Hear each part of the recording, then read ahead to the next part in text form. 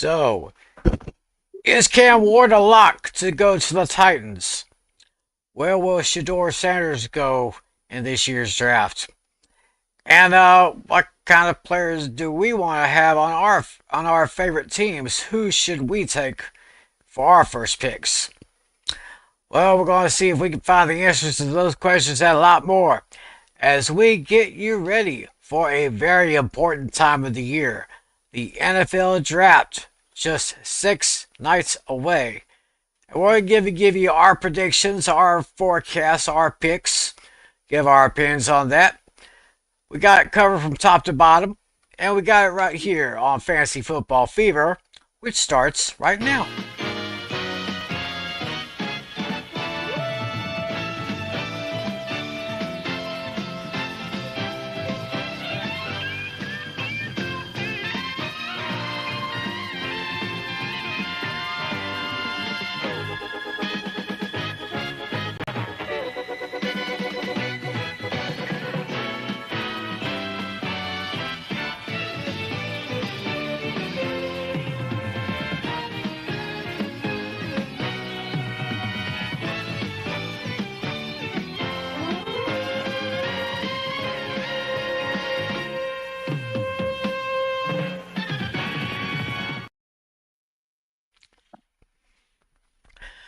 Well, hello to everybody. Welcome to another edition of Fantasy Football Fever. It is Friday night, April 18th, 2025.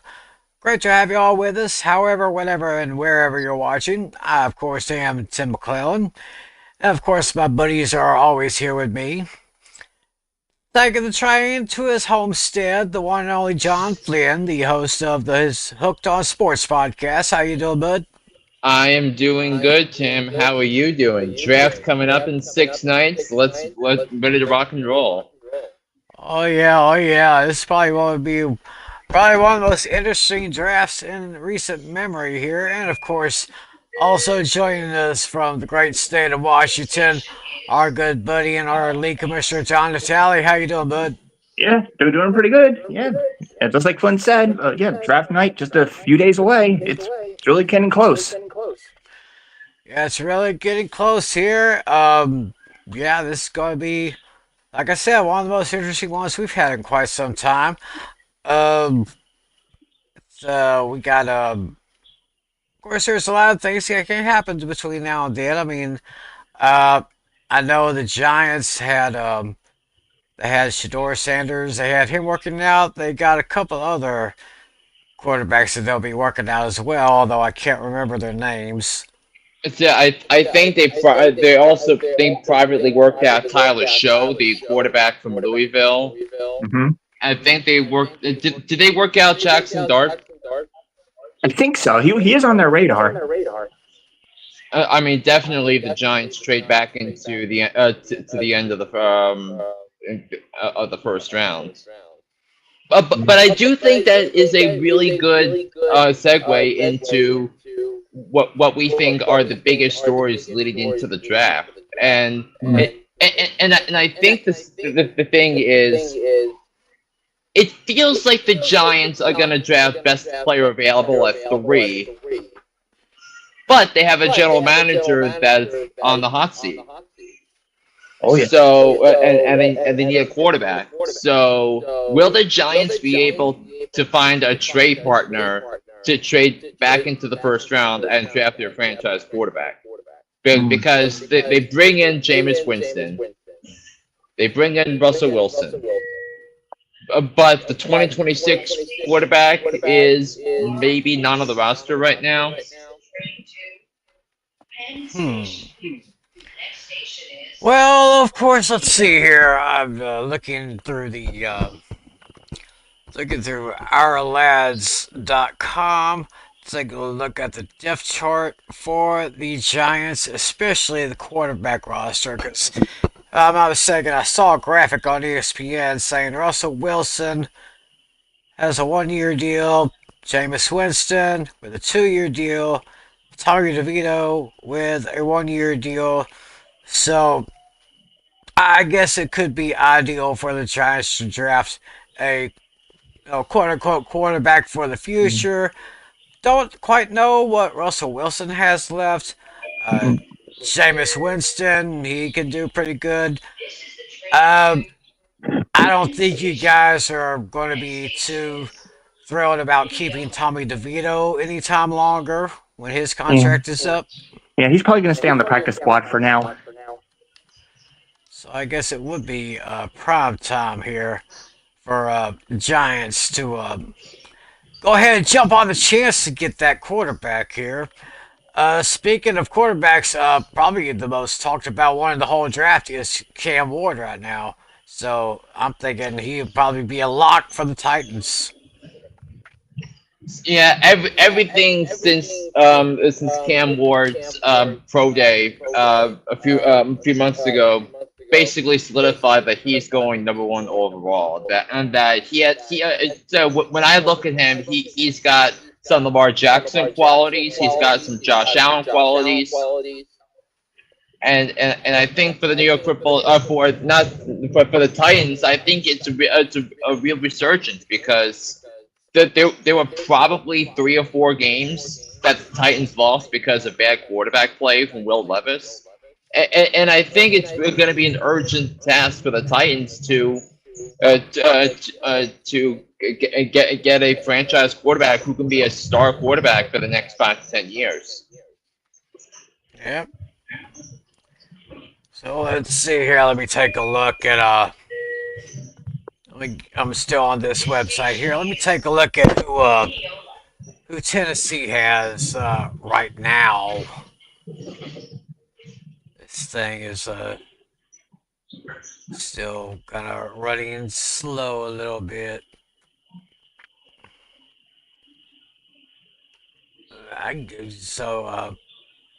So I know with the Titans, can't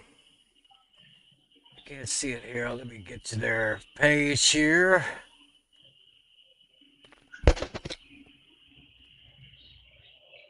Okay, so right now, Will Levis is at QB1, Brandon Allen QB2, Tim Boyle at QB3. So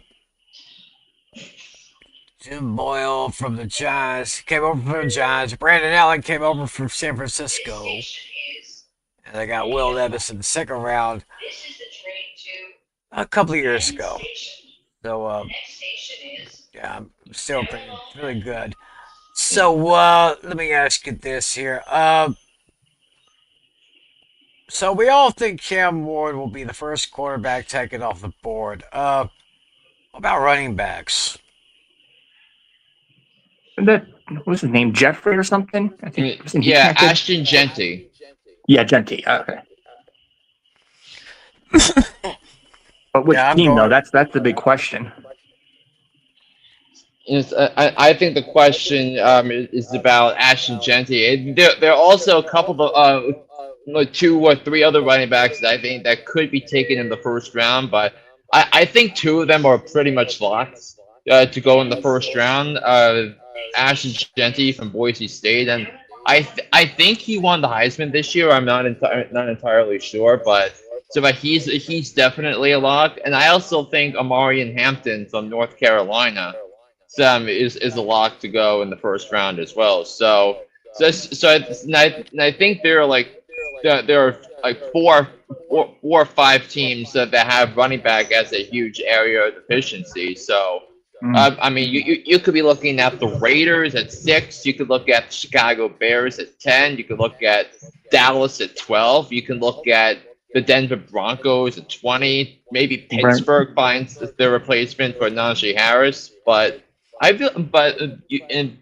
you have those 2, and then you also have the 2 running backs from Ohio State that are going to be up in Quinshawn Jenkins and Travion Henderson. Of course, Travion Henderson has been a workhorse for Ohio State the last couple of years, while Quinshawn Jenkins was able to have a 1,000-yard season behind that Ohio State offensive line last year in their pursuit of a championship. So I think, but I do think you have those guys, and then if you go down the board, you might look at someone like Cam Scatterbo from Arizona State, who might go in the so it could be a day a maybe a day two, but if not, definitely a day three pick. He's someone that could be a mid to late draft choice that could be a star in this league, because I think Cam Scatterbo showed a little bit of Christian McCaffrey in this season, especially and more people got to see his potential when they played in the Peach Bowl against Texas on New Year's Day. So I think I believe this is a better running back class than last year. I think you're gonna have more guys that can make an impact in fantasy earlier in the season. So like it's like someone like Tyrone Tracy wasn't going to make contributions until he became the lead back, replacing Devin Singletary. So you're probably not going to get someone like him or someone like Bucky Irving that is going to have to wait for their chance to take over. Interesting here. Yeah, I think right now, according to ESPN, Cam Scatterbo is the sixth best running back available. And you mentioned Yeah, that's what I was thinking. you mentioned Omarion Hampton. He's ranked number two on the running back list. Uh, we have here Ashton Gianti, Trayvon Henderson, and both Quinshawn Judkins, both from the Ohio State University. They're 3 and 4 respectively. And Caleb Johnson from Iowa is ranked number 5 with Scatterbo at 6th. Dylan Sampson from Tennessee is ranked 7th. Devin Neal, Kansas at 8. DJ Giddens from Kansas State is at 9. And rounding the top 10 for running backs in the draft, Jordan James from Oregon. Very, very interesting right there. Any wide receivers that catch your eye? I think there are three of them that I think should deserve to be first rounders. I know one's pretty much a lock. I don't think McMillan's getting past 12.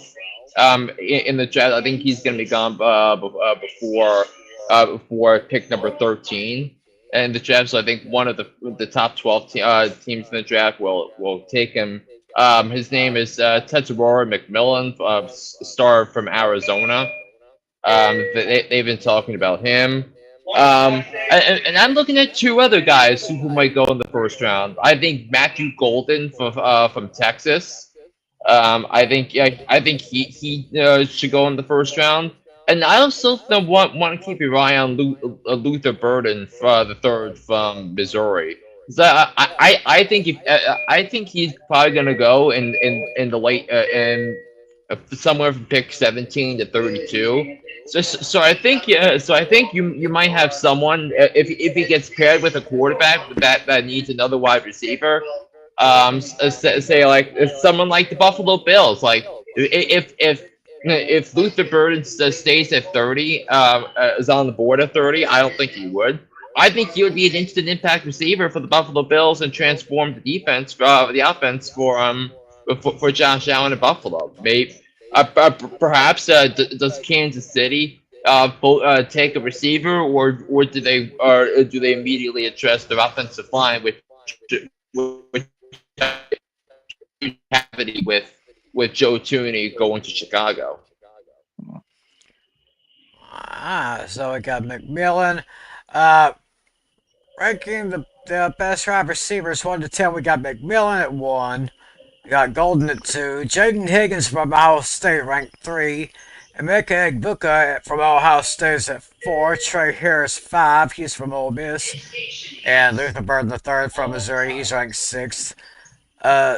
7 through 10, Jaden Noel from Iowa State. Jake Beck from TCU. Jaden Royals from Utah State. And another wide receiver from Texas, Isaiah Bond. So there's Hmm. your top 10 rankings for the wide receivers in the draft. Yeah, yeah, yeah. You were saying something, Natalie. Yeah, I just pulled up. I just pulled up something a quick second ago.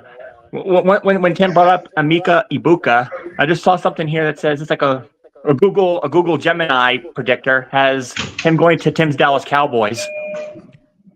That would be such a Really? reach. That would be such a reach, Natalie. That Yeah. that I think there. If yeah, if there's only one receiver off the board, T Mac off the board at 8, and he's the guy that goes to Dallas at 12 instead of Matthew Golden or Luther Burden. It is going to be an LMFAO like you've never seen before. So Yeah. no, But yeah, no, this is obviously not a human thing. This is an Oh AI my thing doing goodness. this. That's just an article I just opened up just now. Because yeah, they actually have our Giants taking Saunders. That ain't happening. Shador Sanders at 3. That's not happening. So the Giants are gonna have to trade back in to draft their quarterback because I'm telling you they are going best player available at 3. So Yeah, I agree. Yeah, and like let's. So I want to give you a hypothetical, Natalie. Yeah. So I don't think Cleveland's going to take Shador Sanders at 2, but No. let's say Sanders and Cam. Let's say the 2 quarterbacks are gone at 1, 2, and the Giants have to choose between Travis Hunter or Abdul Carter. Which one do you want? Ooh, that one's tough. I mean, for the versatility purposes, I would say Hunter. I mean, look. I think Travis Hunter it has an HOF grade, but I also think Abdul Carter has a Hall of Fame grade. And I mean, think about this, Natalie. That there was a common denominator between the 2 mini Giants dynasties of the Super Bowl era, Mm-hmm. and that common denominator was the defensive line being so dominant. Now, the Giants' defensive line was already pretty decent when healthy. Right. I still think they need to. I still think the Giants need to find a run stopper at some point, and I would consider it a disappointment if the Giants walked away without one by the end of the draft. Mm-hmm. But having Brian Burns and Kayvon Thibodeau and Abdul Carter going after the quarterback, that would be a nightmare for opposing teams. Wow. Yeah, and there was one comment that Hunter made a few days ago that might set the Giants back because he said he will basically refuse to play football if he's not utilized as a two-way player. Yeah, and Andrew Berry talked to the press this week, and he spoke about Travis Hunter, basically comparing him to someone like Shohei Ohtani. Saying that he is a one of a kind player. So who can who we haven't seen Shohei contribute as a pitcher since he got Tommy John surgery, but it looks like Ohtani is going to be on track to start pitching with the Dodgers again in May. That's what I think I'm hearing about based on the comments from Dave Roberts and the Dodgers. But but yeah, if I think the GM comments, whether it's positive or negative, I think they kind of need to be taken and analyzed as the way they are, and if a GM seemingly is down for it, that's where they're going to go. And I think, and I feel like if the Cleveland Browns, I think them signing Myles Garrett it takes them out of Abdul Carter, so that if the Browns did the right thing and traded Myles Garrett for a haul of draft picks, then Abdul Carter would have been the perfect replacement for him.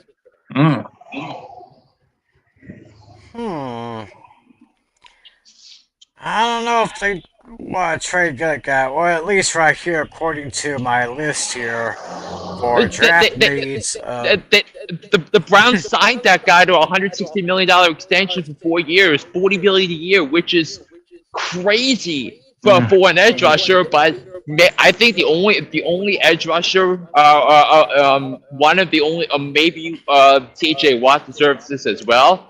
So he's the only edge rusher that deserves $40 million a year, and I don't think you can justify anyone else getting it now. Now, now someone's going to pay a net rusher $40 million in the future, but I don't think it would be hard to justify it.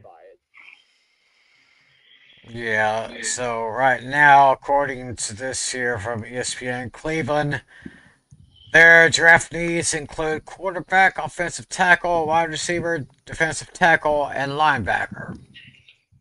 Yeah, but I really don't think the Browns can draft a quarterback. Because their cap situation is pretty bad, and the roster isn't that great. So it would probably handicap Shador Sanders a little bit.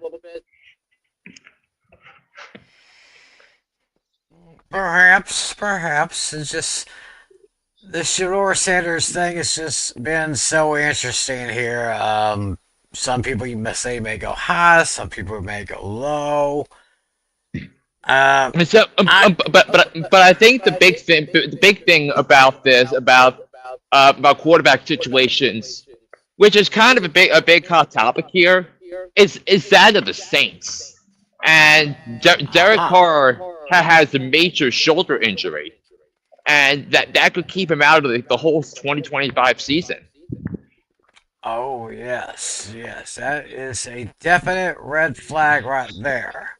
So does it feel like the Saints are going to go quarterback, or best quarterback available? Mm. Whether it's Sanders, or if Sanders is gone, Jackson Dart. Or yeah.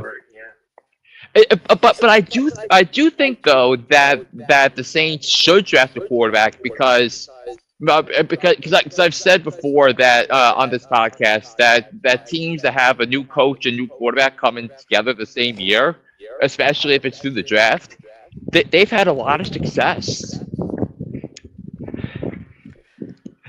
So right now with Derek Carr's injury, of course you got QB1, then you got Spencer Rattler at QB2, Jake Hayter at 3, and Ben DiNucci at QB4. They should probably put him on the practice squad before the season Yeah. starts. Yeah, So and also a reminder for you guys: who is the new head coach of the New Orleans Saints, guys? that would be. Kellen Moore. Oh, yes, Kellen Moore, the former offensive coordinator for the Cowboys and for the Eagles. Yeah, and just think of what Kellen Moore did this year, in last season for Jalen Hurts, and basically adding that pass game as a strength of his. Whereas earlier in last season, the year before last, it was a weakness that held the Eagles back. Yep. So let's talk about tight ends here. Any tight ends that kind of stand out to you? Yeah. I know the Jets need a tight end. I anticipate that they're going to go tight end first because Tyler Conklin is gone. And plus, the Jets have the worst tight end room in the league right now. I mean, Jeremy Ruckert is would be their starting tight end, and that's not going to fly. Yeah, I just saw a person's name. Let me see. I just saw someone. I just forgot his name now. Let me look. Uh, oh, there he is. Tyler Warren. I anticipate the Jets would take him. Him out of Penn State, and I think there are two tight ends that I think are going to go in the first round. Him and Colston Loveland from Michigan. Mm. So I think, but I do think if Colston Loveland goes to an is paired up with a young quarterback, and So maybe if Colston Loveland goes to the Denver Broncos and he's paired up with Bo Nix, and the Broncos need more help at the tight end position. I mean, do I agree with the Broncos needed a tight end? I disagree with that because I think Evan Ingram could be excellent for the Broncos this year. Mm-hmm. But if you want to play a 12 formation and incorporate someone like Colston Northland, I'd be down for it. I would say good pick by the Broncos. All right. I got a tight end going in the in my top 10. So, there's a lot. I mean, looking at my list for the draft needs for each team in the league, there's a lot of them looking for edge rushers. Is there any edge rushers that stick out to you? Let's see. I see Jalen Walker on here. Yeah, I see Jalen Walker, Abdul Carter has been kind of high on the list here. Mm-hmm. Yeah, I think this should be this is a pretty deep edge rusher draft. Yeah. I also see Mikael Williams. Yeah, I think he's from coming from Georgia, or Yes. Michael Williams. So I got Abdul Carter ranked number 1 among the edge rushers. Got Michael Williams from Georgia. And there's Mike Green, ranked 3rd. from Marshall. Mm-hmm. Mike Green, Marshall. Shamar Stewart from A&M. He's ranked 4th on the edge list. James Spears Jr. at Tennessee is at number 3. Let's see, Jordan Birch from Oregon is at 7. Got Texas A&M, Nick Scorton. He's ranked number 9. Landon Jackson from Arkansas, 10th ranked edge rusher. So,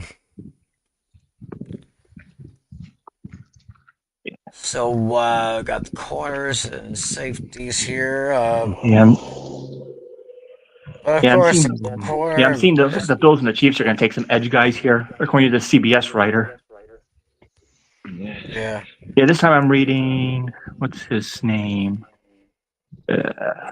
I'm looking at Tom Fernelli's mock draft of CBS Sports. Kind of just following along with that. Yeah, basically, I was taking a look at, I think it was like, what was it? 1, 2, 3, 4, 5, 6. I was looking at 6 different lists. Mm. And my top 10 is basically a conglomeration of all those lists, what I kind of put together. And of course, I'll reveal that a little later on in the show. Cool. So,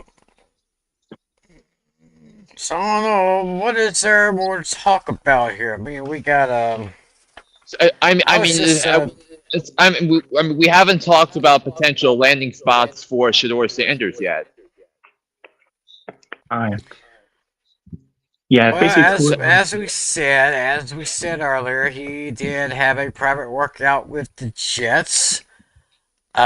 We mentioned the Saints with the Derek Carr situation.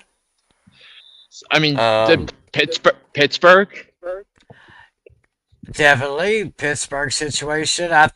I'm starting to think that Pittsburgh's just going to say we've had enough on waiting on Aaron Rodgers. They just may go on and draft themselves a quarterback. Mm-hmm. But I digress. And again, I think the 2 wild cards here. I think the most asked team for this draft has definitely been the Giants because of the need for the quarterback and the GM and the head coach are both on the hot seat. All right. but they're still going to take. But it seems like they're going to take best available player at 3, which I think is the right thing. Because I still think the Giants roster is still not up to par. Yeah. Yeah, there's no way that they're taking a quarterback now. They already have 3 on the roster. Yeah, somehow I don't know. This might be a bit of a hot take, but I think they're waiting. They're going to wait next year and get Arch Manning in next year's draft. Might be a bit of a reach, but we'll see.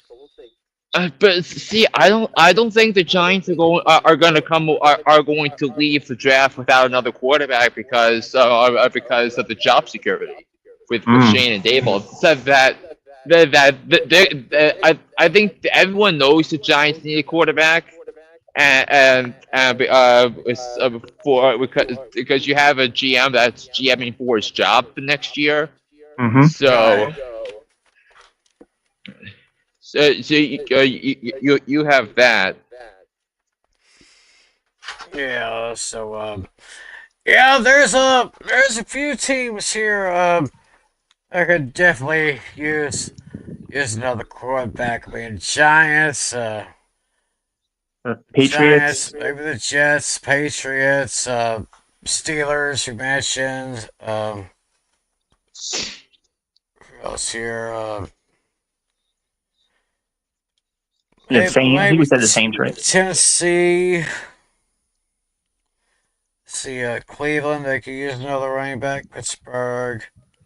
Yeah. So there are some good teams out there. It's just, I guess, it's just a matter of who is willing to pull the trigger to give the best price. I guess. Right. Right, and it's probably going to be with a team that there's already has a pretty good quarterback situation. Right. Oh my goodness, this thing's not gonna stay in here. All right.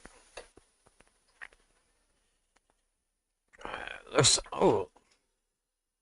like I got a slight problem with my charger here on my laptop. Let me switch places here. I'm not quite sure how to help you with that. Oh, Alexa just I heard that. came on here. Yeah. I'm not quite sure how to help you with that. Sorry, Alexa. I don't think you can help me with pretty much anything right here. Do you know anything about answer? Oh, wait a minute. Maybe I can ask Alexa who the best team to get Shedeur Sanders. Excuse me for a moment, gentlemen. Hey, Alexa, what team would be the best fit for Shedeur Sanders in the NFL draft? From SI.com. The Giants seem to be the consensus team most likely to land Sanders, even though that's far from guaranteed. Interesting. She says, according to SI.com, the New York Giants are the front runners to get Shedeur Sanders, but nothing is guaranteed. Yeah, I don't see that happening. I think Deion Sanders is going to do whatever it takes to keep him from going there. I don't think his father is going to want him to play for a rival. So. A rival team? Well, there's no way he's gonna go to Dallas because we still got Dak Prescott for another 4 years. And then of course we got Joe Milton III in the trade a few weeks ago. Got him from the Patriots. Yeah. Then of course we have our QB3 Will Grier. Right. But yeah, if I had to make a call, if I had to make a guess right now, I think Saunders goes to the Browns.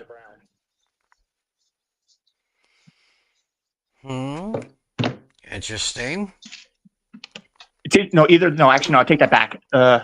Patriots. Oh, wait. Patriots. I'm going back and forth between the Browns and the Patriots. I don't know. I'm torn between those two.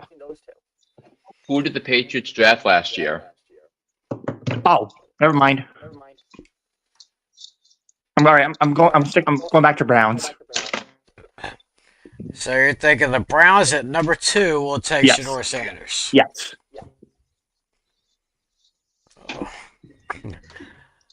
Good thing Flynn sneaked that little reminder there. Mm-hmm. So, Yeah. so while Mr. Flynn gets comfortable in his usual comfort zone, so let's see here. I was just taking a look at some notable transactions that took place in the last couple of weeks since we were last on the air. I saw on Friday, April 4th, 2 weeks ago, Case Keenum, quarterback, signed a 1-year contract to the Chicago Bears. Hmm. And look this here. Thursday, April 10th, Calais Campbell signed a 1-year contract to the Cardinals. Did Campbell retire, or was it that or he's playing? I would assume he's playing because it says here Cardinals signed Calais Campbell to a 1-year contract. As far as I know, as far as what I see here on this here. Let's see. Seattle Seahawks agreed to terms with Drew Lock on a 2-year contract. So Drew Lock will be back up there.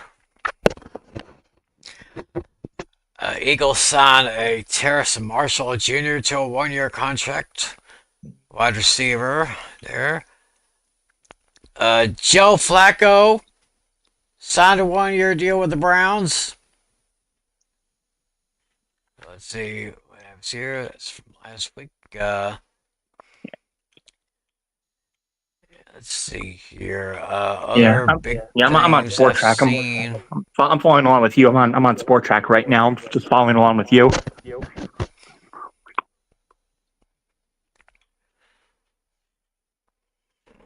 I mean, not much as far as like real notable names. Yeah. Although we do have 2 extensions since the last time we were on the air. Geno Smith signed a 2-year, $75 million contract extension. Hmm. Yeah, and Trey McBride became the highest paid tight end in the NFL. 4-year, $76 million contract extension. Ooh. Yeah. Ooh, And who is that?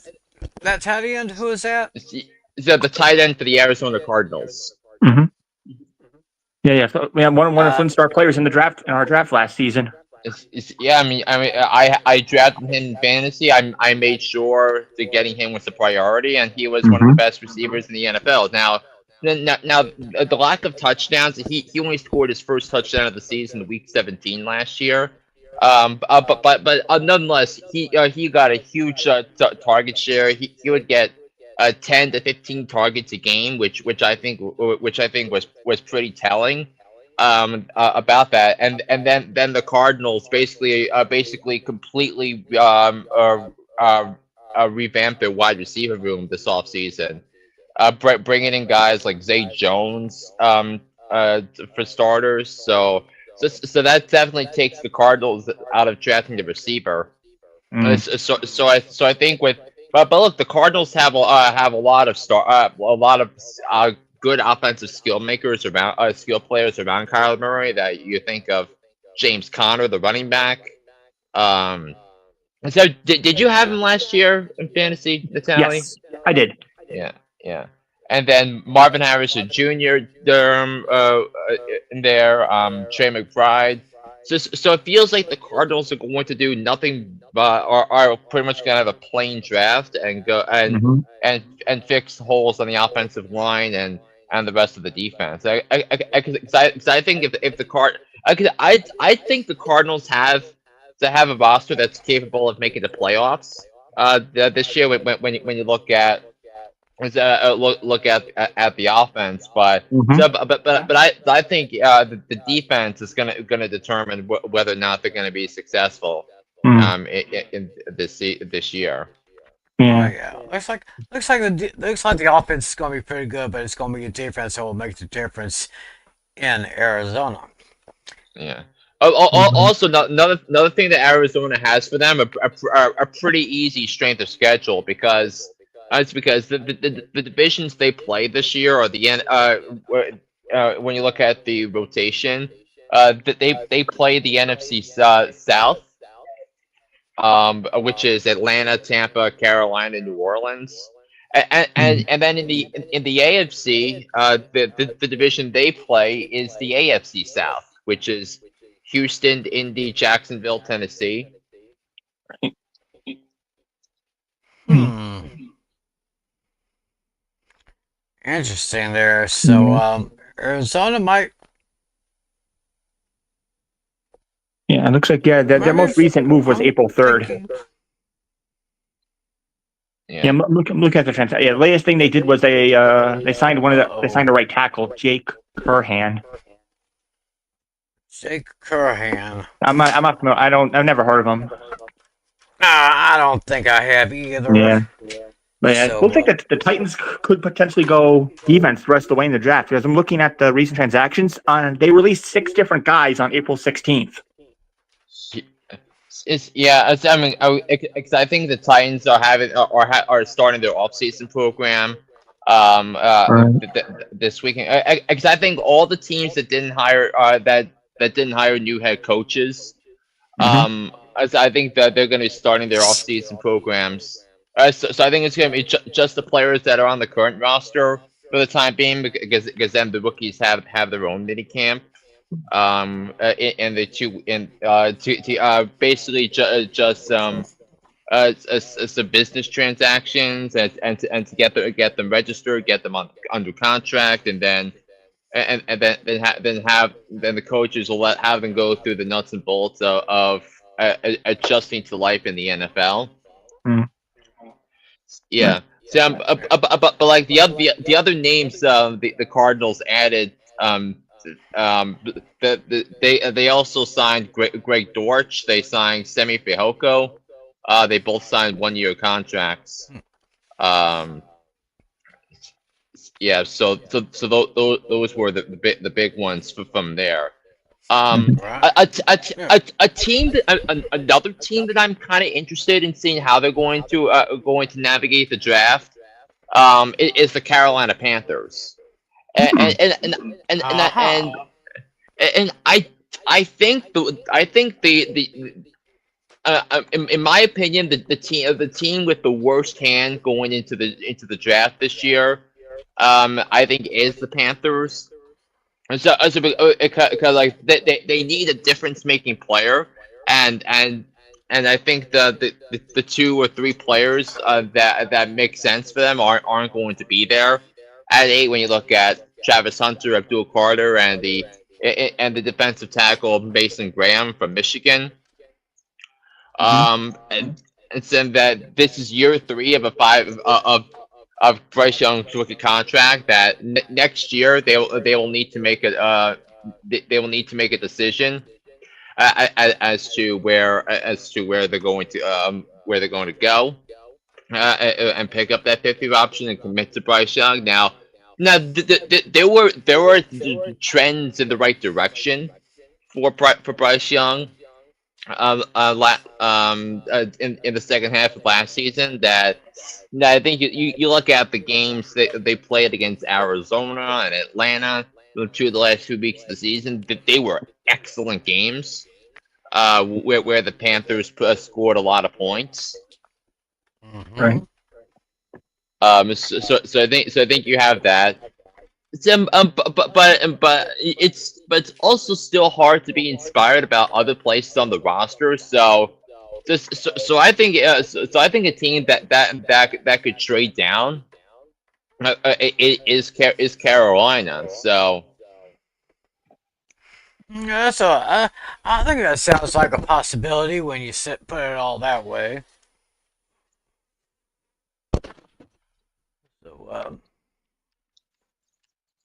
So, what we have here now? Oh, can we go ahead and talk about the two big stars who recently announced their retirement? Sure, we can do that because I'm not ready to reveal my mock yet. Okay. All right. The great Patrick Peterson, eight-time Oh yeah, Pro Bowl right. cor- eight-time Pro Bowl corner, acknowledging his tenure with the Arizona Cardinals. He said it was a no-brainer he retire. He was the fifth overall pick in the 2011 draft. So he's back in Arizona to sign a one-day contract and retire as a Cardinal, wrapping up a great 13-year career. Patrick Peterson, one of the best corners of the last maybe 10 years or so. I tip my hat to him and wish him well in his retirement there. Let's see here. Let me see if I can look up. Where is it here? I'll look up his stats a little bit, see how he did. All right, let me put that in here. Put that in the search. Put that in the search here.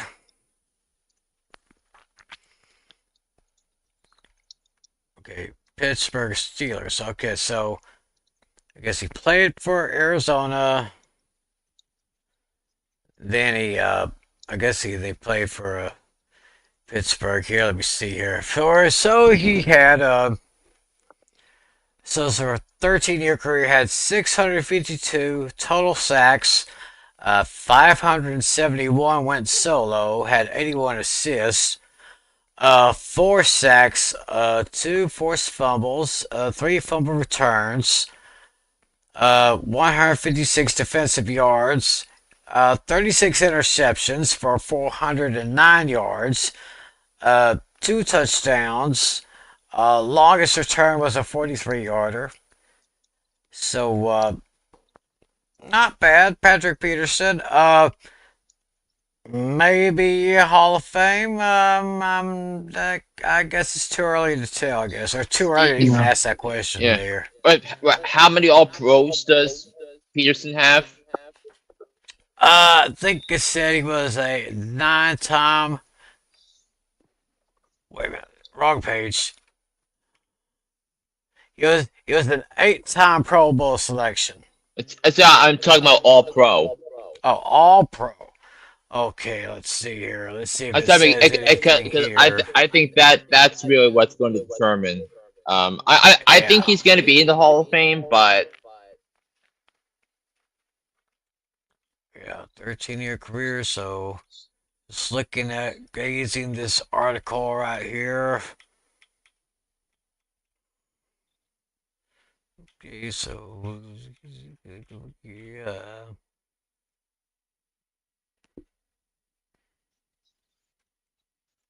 I don't see really anything about Patrick Peterson there.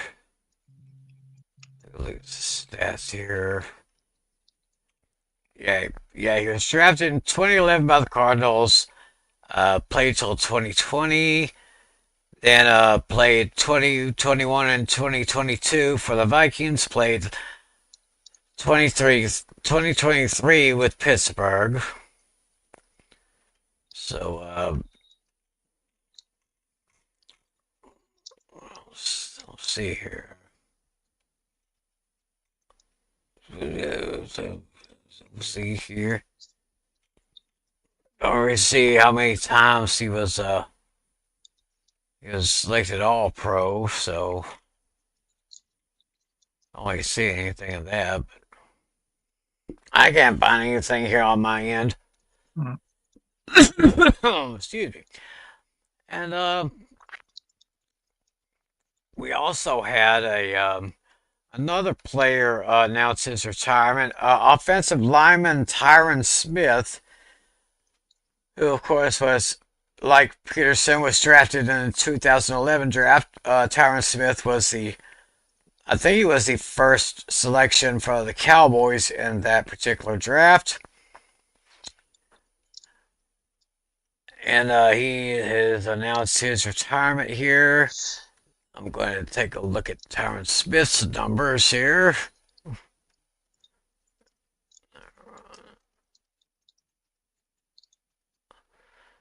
Yeah.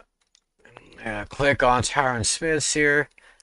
He was the ninth overall pick by the Cowboys back in 2011 from USC. Here. I don't really see numbers. Of course, he's an offensive lineman, so they usually don't have much stats. But he was definitely a force to be reckoned with. Played a lot of years with the Cowboys. I think he played. Yeah, he played 14 seasons. First 13 seasons with the Cowboys, and last year he played with the New York Jets. So earlier this year,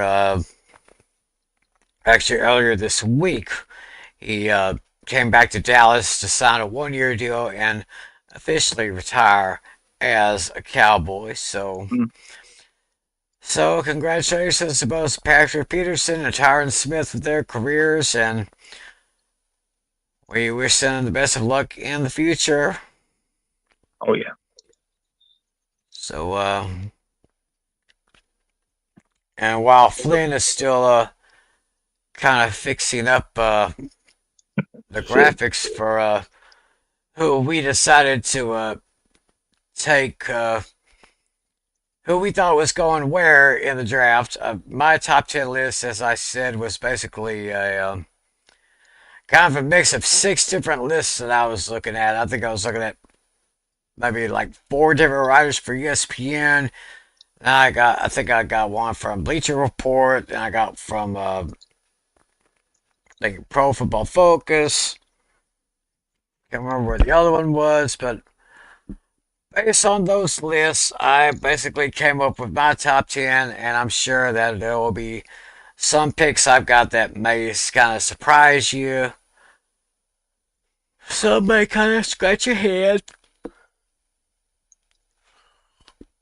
So while we're doing that, just to remind y'all, the NFL draft first round is next Thursday night on the 24th, and then rounds 2 and 3 is on Friday the 25th, and then 4 through 7 is on the 26th. Of course, ESPN, ABC, and I do believe once again NFL Network will be covering it as well. And this year's draft is taking place in Green Bay, Wisconsin. Hmm. So I wonder how all those Packer fans up there are going to be feeling when they hear their first selection for this year's draft. Oh yeah. So oh my gosh, my throat's getting a little dry. I gotta go grab a drink just right in the kitchen over here. So talk amongst yourselves. Hmm. I'll give you a Yeah. subject. I mean, I did pull up some NFL history on this day while you were saying something. I could stall a little bit. Yeah. Go ahead. Yeah, I got a couple of on this days in NFL history, but nothing too significant. But I see here on April 18th, 1995, Joe Montana officially retired from the NFL. And then another piece here I found interesting says happened on 2005 on this day. It was announced the NFL's Monday Night Football would leave ABC in 2006 for a new home with ESPN, Monday Night Football, which had been on ABC since 1970. So basically, ever since 2006, ESPN has hosted Monday Night Football. Although you get an occasional ABC appearance every now and then, but Yeah. And like ABC simulcasted pretty much all of 2023 because of a writer's strike. oh, that's right, yeah. Yeah, I see. But I do think ABC should be the home of the permanent home of Monday Night Football, and then have something like a Manning cast on ESPN. Mm-hmm. But also, did you hear comments that Aaron Rodgers made yesterday on the Pat McAfee show? I mean, I didn't watch it, but I think I heard about it. He was exploring all types of options, whether it be signing with a new team or retiring, something to that Yeah. effect. It said that the current brass doesn't want any part of him, which I think is telling. Hmm. Tim came back pretty quickly. Okay, thought it was going to take a while, but No, no, no. I just had to go around the corner to the kitchen and grab one of my Dr. Peppers. okay. Yeah, I tried the new one the other day. I think the blackberry. Blackberry's okay. Yeah. And then I tried the new 7-Up today, the 7-Up tropical. Don't think I've seen that one in our stores yet. Yeah, it was just released, so it's probably like, slowly making its way around. Oh, okay. And yeah, the little ESPN history I gave to Flynn, it was on this day, 1995, Joe Montana retired from the NFL, and then on this day, it was announced NFL's Monday Night Football would leave ABC in 2006 for the new home of ESPN. Wow. Wow, it only seems like yesterday that took Yeah. place. Yeah, everybody was thinking, oh, ESPN's going to have Monday Night Football. It's not quite going to be the same. Right. I mean, it hasn't really been the same, but it has been enjoyable. I will say that. Mm-hmm. Of course, it takes me back to the days of the great Howard Cosell, late great Don Meredith, and of course the late great Frank Gifford doing the play-by-play. Right. Then of course, the worst commentator that Monday Night Football ever had while on ABC, Dennis Miller. Oh yeah, I mean, for sure. when they hired Dennis Miller as the analyst, I was like, wait a minute, I don't know if he knows much about football. I mean, I know he's a comedian. Of course, he's now more into politics right now. Mm. But I mean, Dennis Miller and even Tony Kornheiser. Of course, I used to watch that guy on Pardon the Interruption all the time. Mm.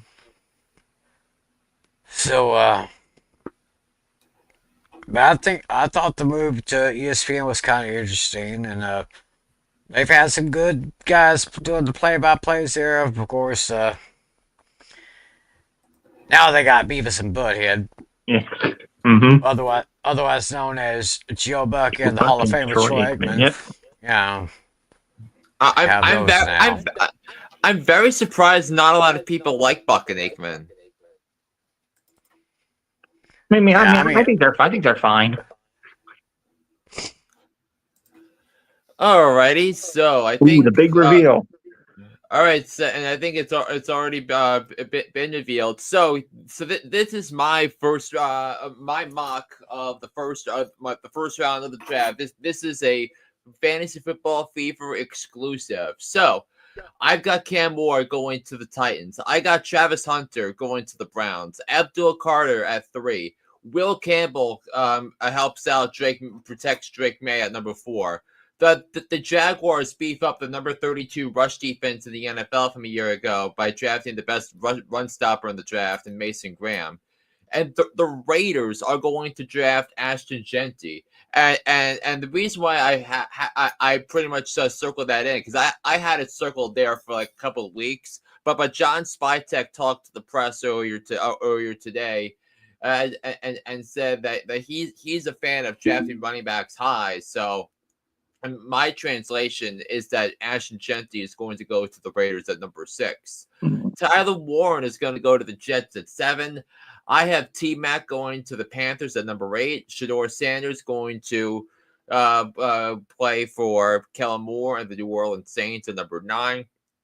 I got the Chicago Bears selecting a Marion Hampton at number 10.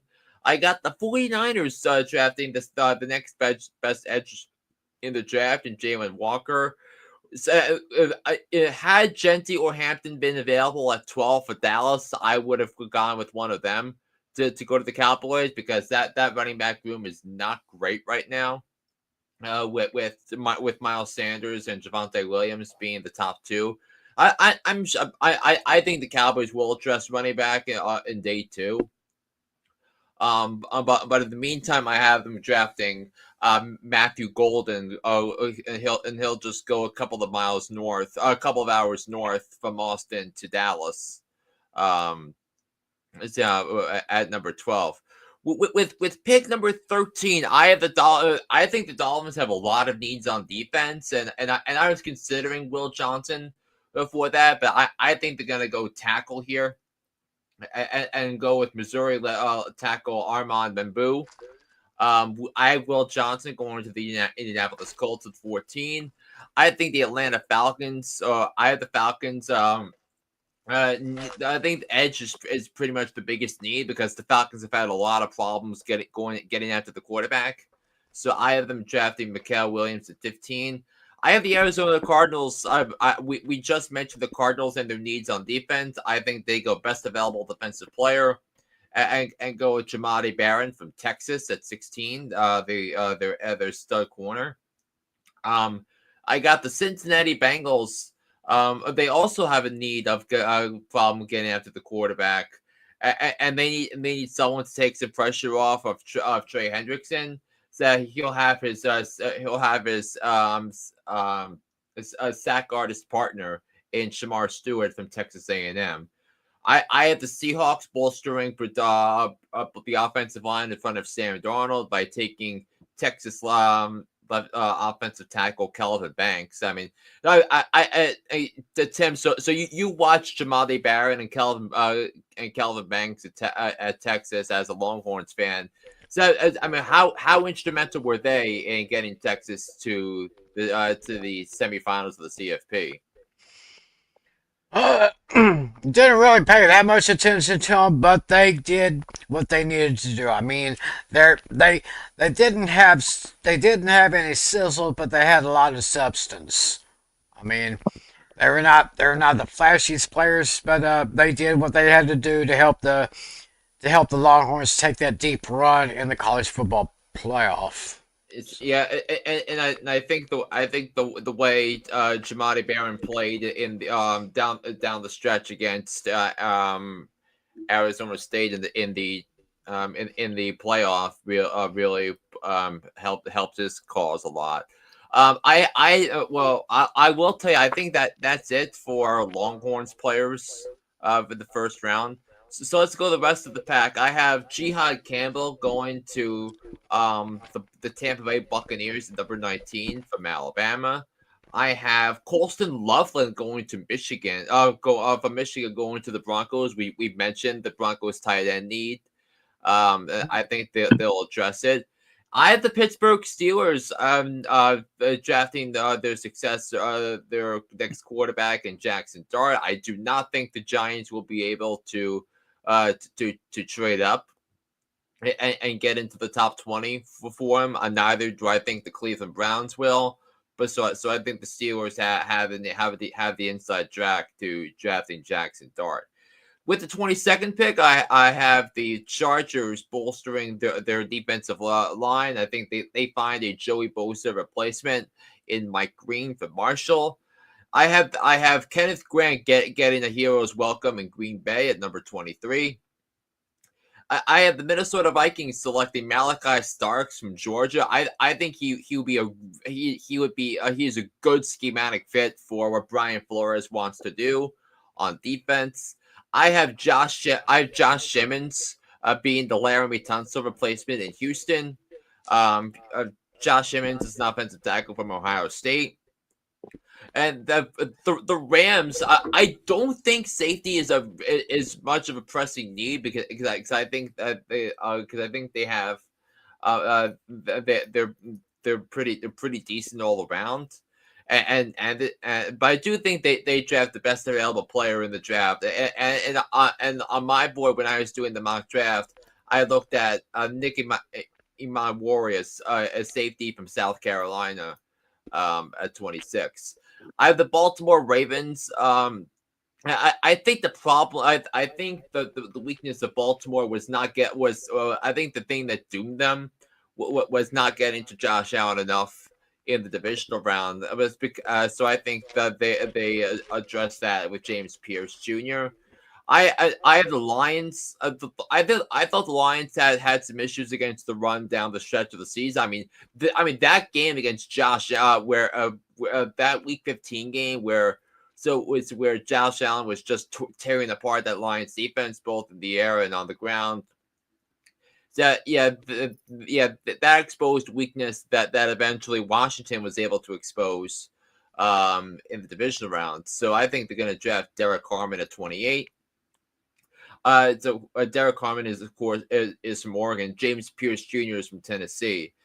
With pick 29, I have the Commanders bolstering their defense by drafting Donovan Izuraku from Boston College. I have Walter Nolan going to the Bills at 30. I was really considering Luther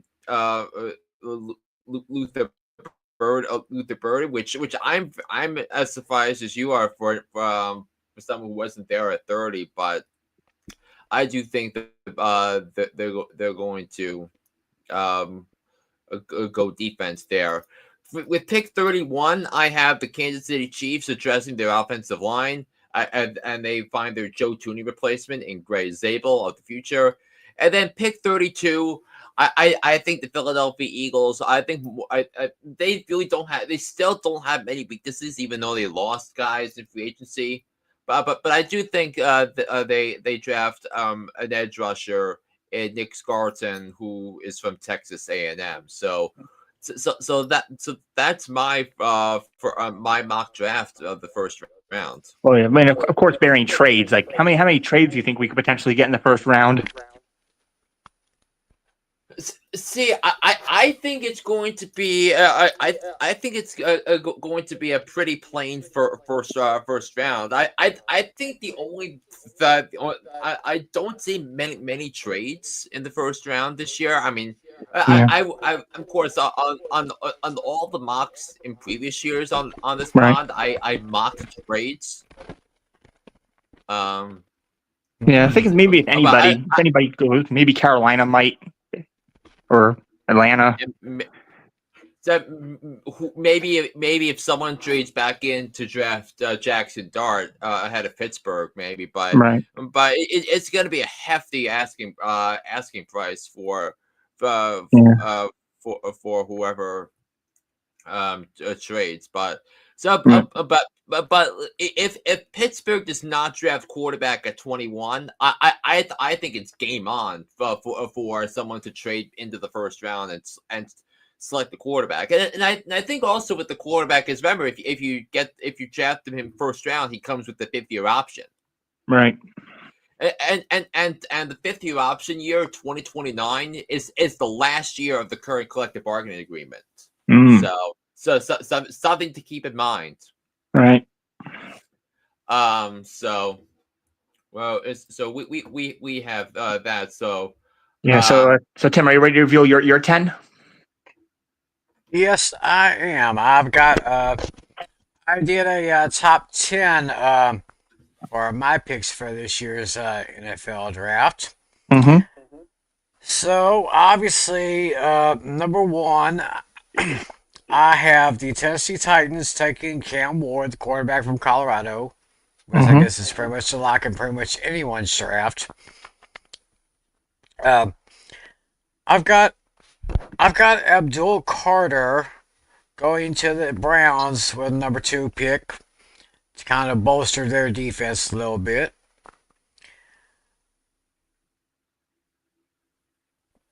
Promise me you won't laugh. I've got Shedeur Sanders going to the Giants at number 3. Yeah, I'm kind of making that move. Like I said, this list was kind of a conglomeration of five or six different lists. I was looking at each one of them and just rated on what I saw from each list. I got it right here. So I got Shador Sanders, number 3, to the Giants. Number 4, New England Patriots. I have them taking Travis Hunter from Colorado, the corner slash wideout. But it's going to be interesting. I'll be interested to see if they're going to use him as a double role player, like he says he wants to be. Number 5, I have defensive lineman Mason Graham from Michigan going to the Jaguars. Uh, kind of like Flynn, I have Ashton Jeanty going to the Raiders, the number 6 pick.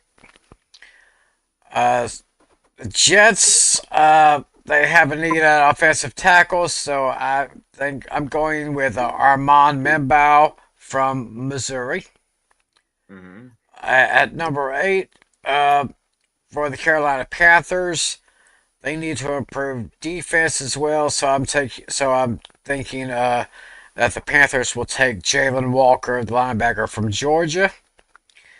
Number 9, that's New Orleans Saints. I think I see them picking the Penn State tight end Tyler Warren.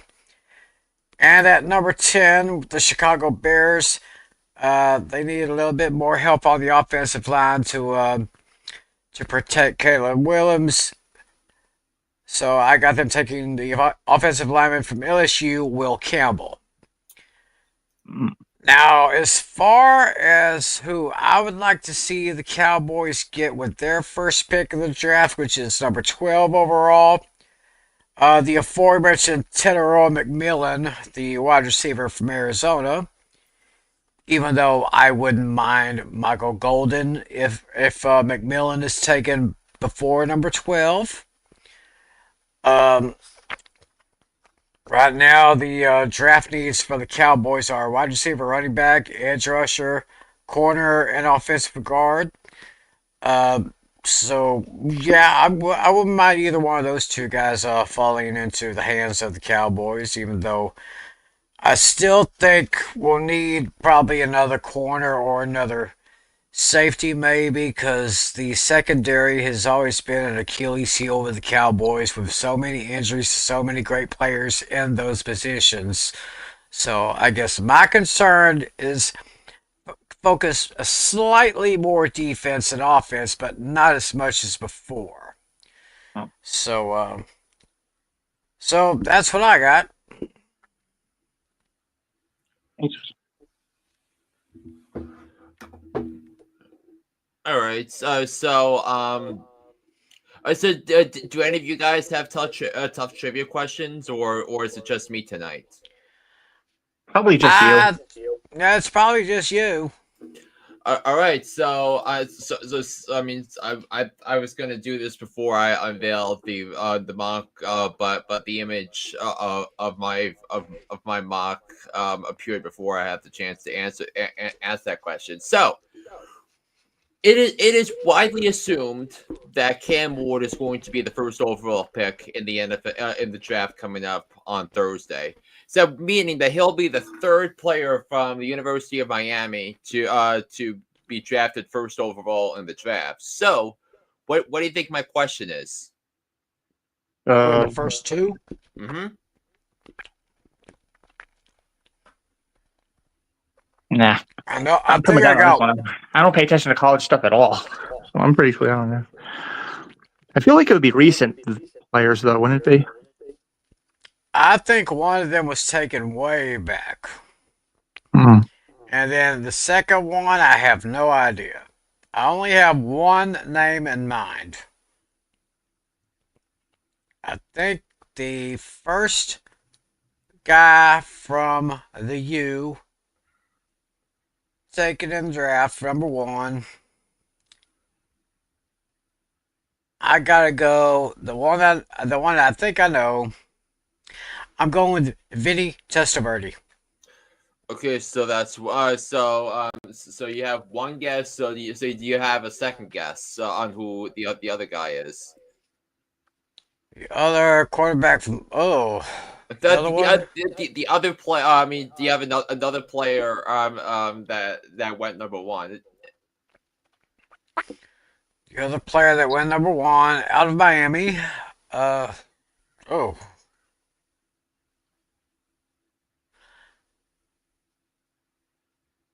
no. Uh,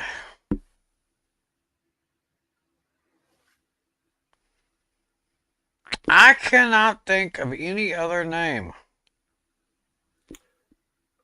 I was going to say Rex Grossman, but he played for Oregon. Yeah, Rex Grossman is kind of LOL. So what we're gonna do? So Vinny Testaverde is correct. He was drafted Okay. first overall in 1987 by the Tampa Bay Buccaneers. So the second one was drafted in 1991. 91. Wait a minute. Quarterback from 91. A player from 1991. It was not a quarterback. Oh, Overall. wait a minute. It was not Emmett Smith, is it? No. No. No, Emmitt Smith, he The year played at before. Florida. The other Florida, the other city. Okay.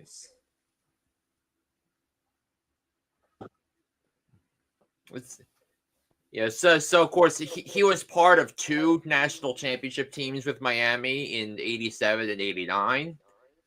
I mean, so he was named to the Pro Bowl in 1993. Wait, it's not. I don't think it's Dan Marino. No, that was. No, Dan No. Marino was. Oh, way sorry, you said not a before. quarterback. Never mind. Okay. No. And I'll bet you, Tim, this name is going to ring a bell, especially for a fan like you. So Oh, wait, so it might be a Cowboys player. So it's a Cowboys player. Probably a Cowboy Oh, I player. think. Wait a It minute. was Is a it Cowboy Michael player. Irving? no, Damn it. Irvin went in '88, and he was not number one overall. Oh, I think I got it. Rocket Ishmael. Rocket Ishmaels. That would be incorrect. So we're looking at defensive tackle. He was on the three Cowboys Super Bowl winning teams in the '90s. Oh, defensive tackle. Yep.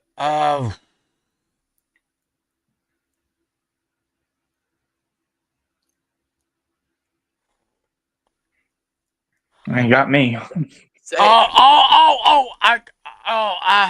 Yeah, I remember him now. Russell, Maryland. you got it. Vinny Testaverde and Russell Maryland were the two previous Miami U players to go number one overall, and we assume Cam Ward is going to make it number 3 on Thursday night. It could happen. It could happen. Yep, so Vinny Very nice question there, buddy. Vinny Testaverde in 1987 to the Tampa Bay Buccaneers, and then Russell Maryland to the Dallas Cowboys, number 1 in 1991. Oh, wow. I would feel like eons ago. And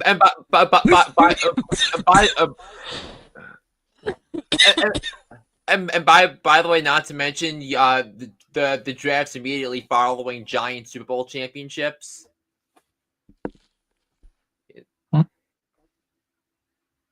Yeah, the Giants won the Super Bowl in January of '87 and in January of '91, and then the following April, Miami U players were taken first overall in the draft. Seems to be a connection there. That'd be something if the Giants repeat history, but not happening. Although it didn't happen the other two championships, because in 2008, I believe Jake Long went first overall to the Dolphins, and then in 2012, the first overall pick that year was Andrew Luck. Mm. Right. So, very interesting show. Don't forget, y'all, it's next Thursday night, the 24th of April, the first round of the NFL draft. And once again, Friday, the 25th is rounds 2 and 3, then 4, 5, 6, and 7 on the 26th. The draft is in Green Bay. ESPN, ABC, NFL Network. That's where you can watch it. Is Putnam going to the draft, or is Putnam planning to go live on his channel next week? I'll have to get in touch with him and see if he's that's going to do that. It's because he didn't do it last year because he went to the draft. So that was no go. But 2 years ago, we all he went live and we all joined in. Yeah. So yeah, well, I'll ask him about it. Maybe do a little draft, like a live draft reaction. I may do one. Yeah. I don't know. I haven't decided yet. But of course, next Friday night, we'll be back here to recap the draft, see who the biggest winners was, who the biggest losers were, and maybe who could really make some fantasy impact in their rookie's year. Yeah. So when are we gonna wait till after the entire draft is over, or Yeah, I think that was what Tim meant to say. The Friday after the draft, right? So that would be on Two May weeks 1st. from 2 weeks from tonight. May 2 weeks 2nd? from 2 weeks from tonight. Right? Oh yeah, because there's only 30 days in April. I actually put 31 on my little calendar up here. So Oops. yeah, the 2nd of May. May 2nd, we'll come back here and recap all the draft and see who won, see who lost, and as I said, we'll see if there could be players that could make some fantasy impact in their rookie season. Mhm. It's going to be interesting to see. So we're only 6 days away. In the meantime, in between time, of course, we know about this little friendly reminder that I would always like to present to everyone. Just a little friendly reminder to listen to Hooked on Sports with the one and only John Flynn. Find them on iTunes, find them on Spotify, find them on TuneIn. Anywhere you get your podcasts, look up Hooked on Sports in the search bar, and you just might find it. So go ahead and hit him up there, listen to his stuff. He's got great stuff all the time. And like I said, I'll get a hold of Putnam and see if what he plans on doing for this year's draft. So get in touch with that. So I guess we'll put a bow on this edition of Fantasy Football Fever, our draft preview. Hope y'all enjoy it. We'll see you here in a couple of weeks. Thank you guys for another great show. Oh yeah, for sure. Yeah, draft night's very close. Can't wait. Yeah, hopefully the Giants do really well here. And for the record, I'm making my final prediction: Travis Hunter. I'm going Abdul Carter. Oh yes, all three of us have different people. Yeah, Tim has Saunders, you have Carter, and I have Hunter. I'll be interested to see who the Giants do get this year. So see who'll be added to Brian Daboll's boys there. So thanks again, everybody. It's been a great show. We'll reconvene 2 weeks from tonight. So until next time. For John Natali, for John Flynn, my name's Tim McClellan. Thanks for joining us, everybody. Have a great weekend. Enjoy the week. We'll see you back here in 2 weeks. God bless you all. And as always, be a good sport. See ya.